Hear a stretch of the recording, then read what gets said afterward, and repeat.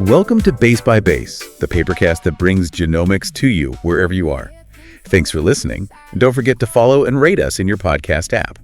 So I want you to imagine, just for a moment, that you are observing this perfectly built, highly advanced microscopic machine. Right, something super intricate. Exactly. And this machine is actually a sensory cell sitting deep inside your inner ear. Its entire purpose, and its sole reason for existing, is to flawlessly convert the mechanical vibrations of sound into electrical signals. Signals that your brain can actually understand, yeah. Yeah, whether that's your favorite song or just, a passing siren. And for the first couple of weeks of its existence, it is building itself beautifully. The parts are assembling, the sensors are functioning, it's all going great. It looks like a total success story. But then, just as this magnificent machine is fully assembled and it's finally ready to process the beautiful complexity of actual sound, it just mysteriously triggers its own self-destruct sequence. It's wild. It initiates this process of total cellular dismantling. All that incredible developmental potential is just erased right when it's supposed to start working. It is incredibly tragic, honestly, at a cellular level. It's like, imagine you're building a massive new house during a severe years-long drought. Right, so water is scarce. Exactly. Because there's barely any water around, you decide, hey, let's install a heavily undersized drainage system to save resources. And the house looks fantastic. But then the drought ends. Yeah, the rain finally comes. Oh, the rainy season arrives with a vengeance. The torrential downpours start, and because your gutters and drains are woefully inadequate, the house instantly floods and the foundation collapses. Yeah. It really makes you ask, what really happens when the microscopic cellular machinery in our ears gets the wrong signals during development? That is the exact biological mystery we are tackling in this deep dive, because we are looking at a biological system that calibrates itself based on incomplete environmental information. Which ultimately dooms it, right?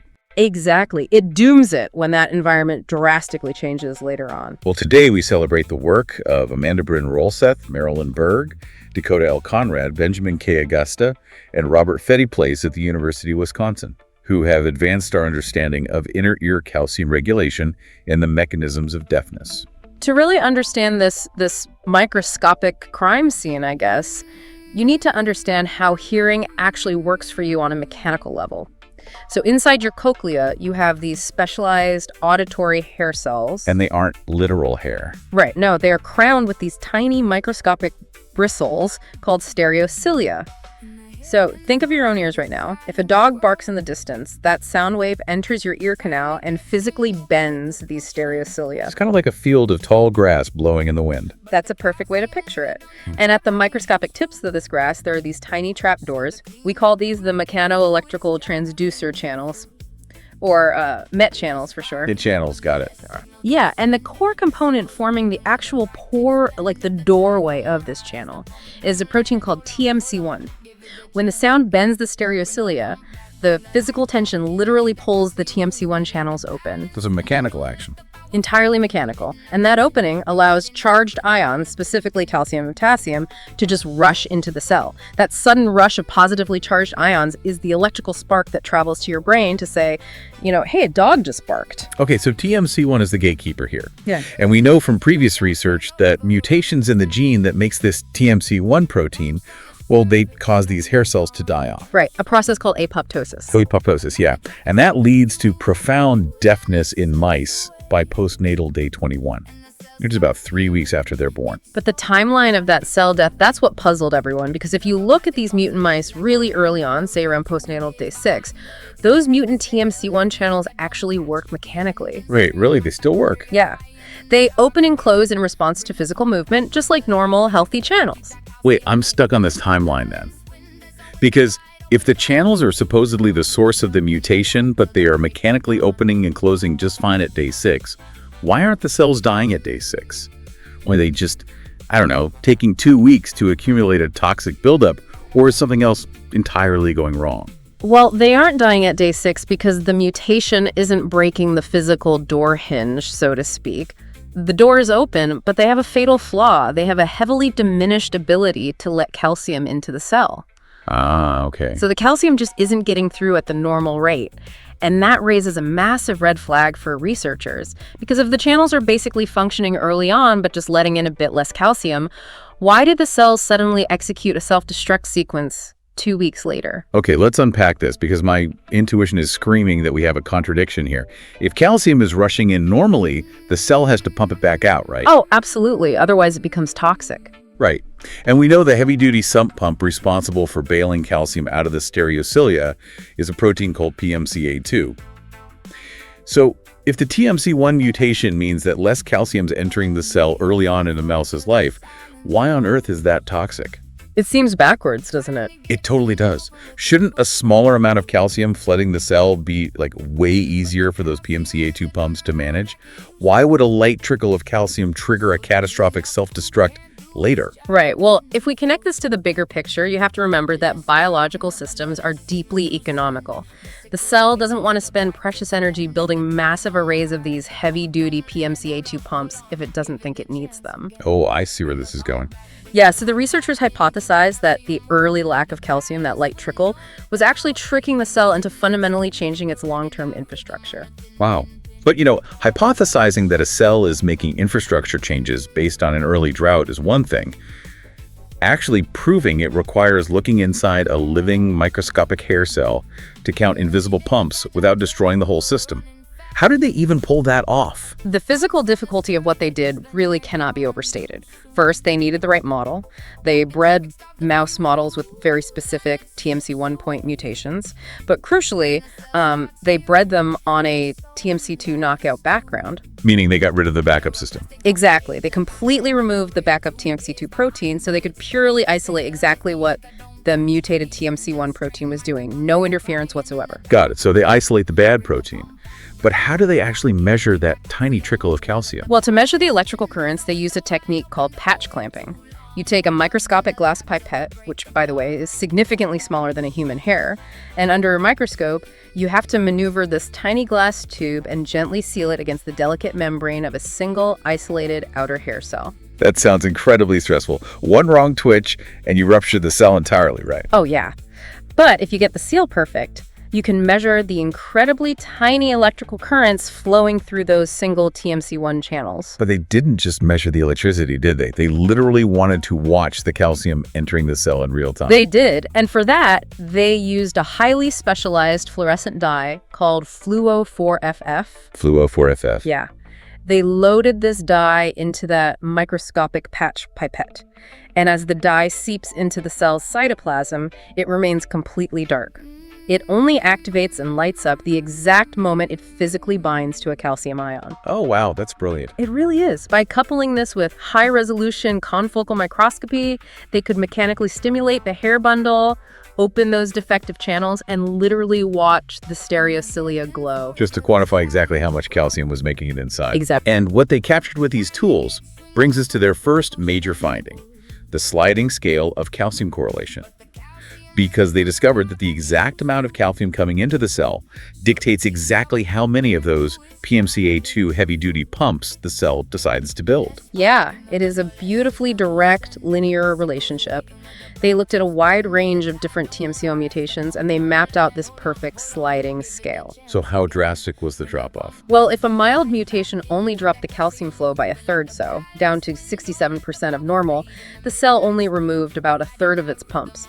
But in the most severe mutants, where calcium flow choked down to almost nothing, just 8% of normal, the cell basically stripped the membrane bare of pumps to match that 8% trickle. A cell is literally looking at the low calcium levels and saying, hey, there's a drought. We don't need all these sump pumps. Stop building them. What's fascinating here is that the researchers didn't just accept that the genetic mutation caused the missing pumps. They wanted to prove that the physical lack of calcium itself was the direct mechanical foreman on the construction site. Right, because it could just be some weird side effect of the mutant gene itself, completely unrelated to the calcium. Exactly. So they decided to chemically simulate the drought in perfectly healthy, non-mutated cells to see if they would behave the same way. How do you simulate a drought in a healthy cell? They took normal cochlear cultures and basically bathed them in a fluid with artificially low calcium. They also ran a parallel experiment using a chemical blocker called tubocurin. Tubocurin. Yeah, tubocurin physically plugs up about half of the normal MET channels, so it artificially restricts the calcium flow even when the fluid around the cell is totally normal. Okay, so they essentially starved healthy cells of calcium. Yes. And in both cases, just by starving the healthy cells of calcium for a single hour, the number of PMCA2 pumps plunged. Wow. Yeah, it proved unequivocally that calcium is the chemical signal telling the cell how many pumps to install. Wait, a single hour? How is a cell physically adding or removing heavy-duty structural pumps from its surface that fast? That seems crazy. Well, when the researchers looked through advanced transmission electron microscopes at the area just below the cell surface, the area abneural to the hair bundle, they didn't see a static wall. They found clusters of tiny 80-nanometer vesicles. Just tiny bubbles, basically. Think of these vesicles as little membrane bubbles, packed tightly together just beneath the surface. Here's where it gets really interesting, because those little 80-nanometer bubbles are packed full of spare PMCA2 pumps. Yeah. You can kind of think of these vesicles like a highly trained pit crew at a racetrack. Oh, that's a great analogy. Yeah, and the pumps are the fresh tires. So early in the mouse's life, during its first week, the cell is constantly monitoring the calcium. If a sudden burst of calcium comes in, the cell signals the pit crew. The vesicles fuse with the surface membrane, instantly slapping new pumps onto the stereocilia. And the reverse is absolutely true. When the calcium levels drop, the pit crew immediately pulls those pumps back off the track. Could pack them up. Yeah, the cell reabsorbs them through a process called endocytosis, packing them back into the vesicles in the garage, so to speak. And to verify this dynamic swapping process, the researchers applied a drug called Ca2. Okay, that is an incredibly on-the-nose name for a drug blocking our pit crew. I know, it perfectly describes the mechanism. Ca2 specifically blocks endocytosis. It paralyzes the pit crew so they can't pull the pumps back inside the cell. And what happened when they used it? When they applied it, the PMCA2 density plummeted. This proved that during this early developmental window, the pumps aren't permanent fixtures at all. They are incredibly dynamic, constantly turning over at remarkable speeds, entirely dependent on the environmental calcium to dictate their numbers. So we have a highly dynamic, adaptable system. But as we know from the hook of this deep dive, the system ultimately fails. The house floods and collapses. And the reason it fails is because this dynamic adaptability actually has an expiration date. Right. As the mouse ages past its first week, that rapid-fire swapping of pumps begins to slow down. And this slowdown is driven by the delayed arrival of an accessory protein called Neuroplastin, or NPTN. Right. The researchers noticed that NPTN development parallels the PMCA2 pumps, but it arrives at the stereocilia about 2 days after the pumps do. And instead of acting as a pump itself, NPTN acts like a molecular cement. That's exactly it. Once NPTN binds to a PMCA2 pump, it stabilizes it in the membrane. It basically takes that pump away from the pit crew, removes it from that fast-swapping vesicle cycle, and just bolts it down permanently. And the researchers even uncovered the exact chemical requirement for this cement to cure. They found this anchoring relies on a specific membrane lipid called PNAS 45P2. Which is quite a mouthful. It is, but you can really just think of this lipid as the chemical primer painted on the cell membrane that allows the neuroplastin cement to actually stick. And to test that, they used a drug called PAO to block the cell from synthesizing that specific lipid primer. Without the primer, the neuroplastin couldn't anchor the pumps anymore, and the PMCA2 pump density crashed. So the timeline of this anchoring is the critical element. By postnatal day 11, the neuroplastin has arrived in full force. The primer is set, the cement is cured, and it has anchored all the available pumps into place. From day 11 onward, the researchers found that the PMCA2 density becomes completely insensitive to changes in calcium. The pit crew is basically fired. The dynamic developmental window permanently closes. I really want to make sure we truly grasp the tragedy of this. The cell is making permanent, irreversible infrastructure decisions based entirely on temporary childhood data. Childhood data, exactly. During its first week, the mutant cell experiences a massive calcium drought because its Tmc1 channels are defective. It assumes, logically, this is how the environment will always be. So it builds a tiny, undersized drainage system, and at day 11, it pours the concrete. It locks those few pumps in permanently. Wait, So after day 11, the cell can never upgrade its pumps, even if it suddenly realizes it made a mistake. That is precisely what the data shows. The regulatory effects of calcium just vanish at day 11. Whatever pump density you have bolted down at that exact moment, well, that is the pump density you are stuck with for the rest of your life. Which perfectly sets the stage for the absolute catastrophe of postnatal day 12. Day 12 is roughly when the mouse actually begins to hear. The big day. Right. The ear canal opens and environmental sound mechanically drives the stereocilia. But more importantly than just the sound, there is a massive physiological shift in the inner ear fluid. A powerful biological battery called the endolymphatic potential finally kicks in. Let's explain what that battery actually does, because it changes everything for our little cell. Well, the fluid surrounding these hair cells, it's called the endolymph, suddenly becomes highly charged. The endolymphatic potential creates a massive concentration of positively charged potassium and calcium ions right outside the cell. So there's this immense electrochemical pressure just waiting for a channel to open. Yes. It is a massive voltage that supercharges the driving force pushing calcium into the cells. So the drought is officially over. The rainy season has arrived with a Category 5 hurricane. And suddenly, those defective Tmc1 channels, which were barely letting a trickle of calcium in just a week ago, are forced to let massive amounts of calcium rush into the cell, simply because of this new, intense electrical pressure pushing from the outside. Oh no. Yeah, but the cell is completely trapped. It has a permanently undersized population of PMCA2 pumps locked in concrete. They simply cannot bail the calcium out fast enough. The house floods. The backlog of calcium becomes highly toxic. Intracellular calcium spikes dramatically. This extreme calcium overload actually poisons the cell from the inside out. When the researchers looked closely with their electron microscopes at these older mutant cells after the flood, they didn't just see tired cells. What did they find? They found multivesicular bodies pooling inside them. And multivesicular bodies are essentially the cellular equivalent of biohazard cleanup crews, right?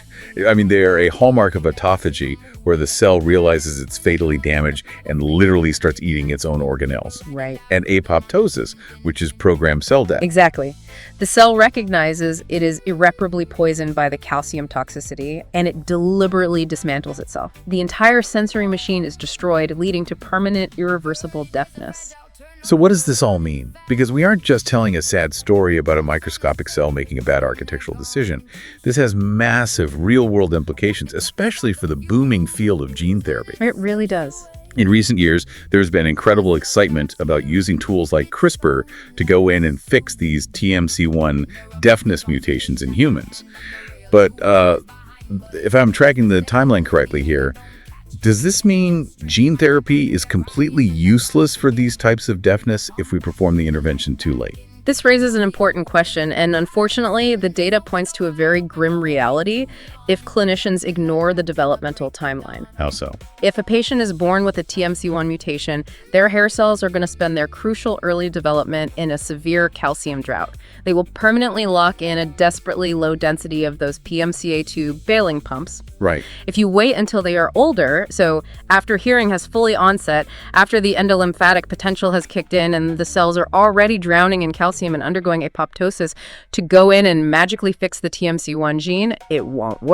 Because even if you give them perfect, brand new Tmc1 doors that open perfectly and let in the exact right amount of calcium, they still have the undersized drainage system permanently locked in concrete. Exactly. You haven't fixed the pumps, just the doors.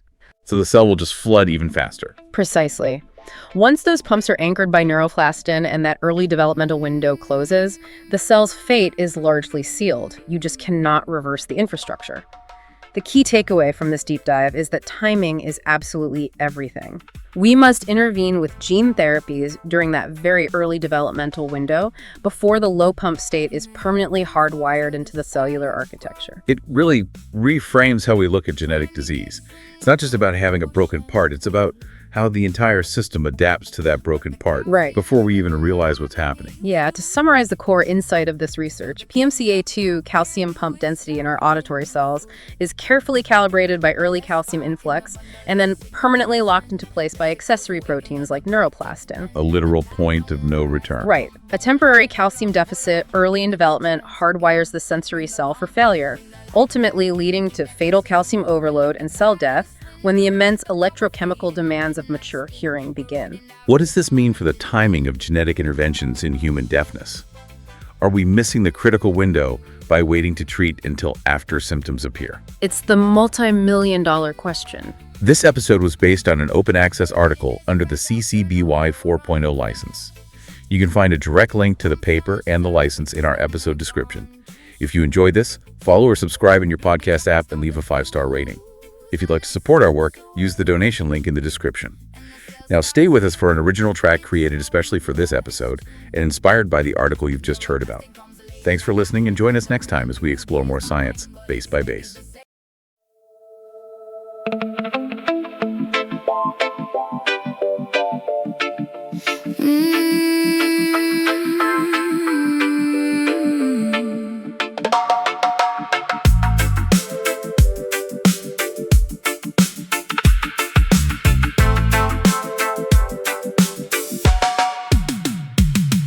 In the hair-thin forest where the silence grows, tiny gates swing open with a push and pull. But the calcium river don't arrive like it used to, so the cleanup crew can't do its job in full. Less spark in the bundle, less signal to send. Vesicles waiting where the bright tips bend. If the tide don't rise, the pump don't land. Hold on, give it a chance again. Bring the pump back, bring the light back in. Keep that calcium moving, let the balance win. Don't let the power fade in the midnight spin. We're riding that rhythm on a thin, thin pin.